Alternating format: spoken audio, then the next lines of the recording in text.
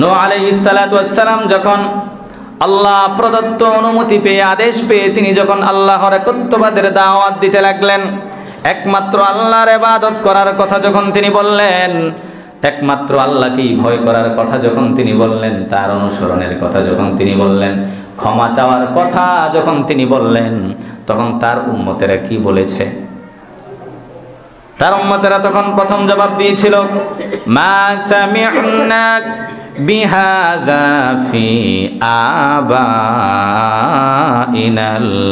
আউয়ালিন। তার উম্মতেরা তখন বলেছিল, হে নূহ, তুমি আমাদেরকে যে কথাগুলি বুঝাচ্ছ, যে দাওয়াত দিয়েছো, আল্লাহর দাওয়াত, ইবাদতের দাওয়াত, তাকওয়ার দাওয়াত, এই কথাগুলি তো আমরা প্রথম শুনতেছি, এগুলি তো আমরা আমাদের পূর্ববর্তী কারো কাছে পাই নাই।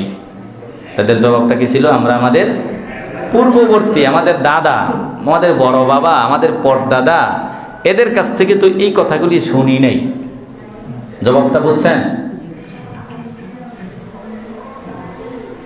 কত সুন্দর জবাব, যে আমরা আমাদের বাবার কাছ থেকে শুনি নাই আল্লাহর ভয়ের কথা, আল্লাহর ইবাদতের কথা, দাদার কাছে শুনি নাই, বড় বাবার কাছে শুনি নাই, বড় দাদার কাছে শুনি নাই। তাহলে তুমি এটা কোন নতুন একটা দাওয়াত নিয়ে আসলা? সুন্দর না কথাটা?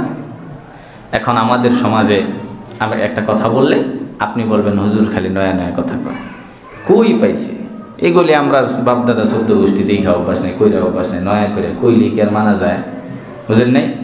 এটা যদিও অনেকে মুখে বলে না, কিন্তু মনে মনে এটাই কয়, মনে মনে কয়। বুঝলাম কেমনে?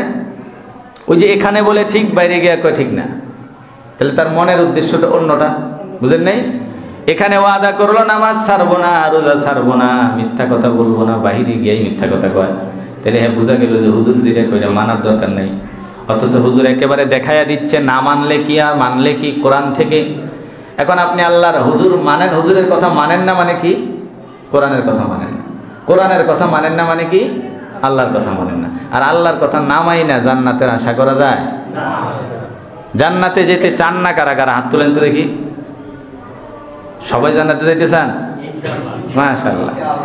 সবাই যদি জান্নাতে যেতে চায়, আল্লাহ তাআলার কিছু শর্ত সরাইতে তো আছে নাকি? আল্লাহ তাআলা শর্ত দিয়েছেন। 1 নাম্বার ইবাদত করবেন আল্লাহ, 2 নাম্বার ভয় করবেন একমাত্র আল্লাহকে। ভয়ের কথা আল্লাহ পাক বারবার বলেন কেন জানেন?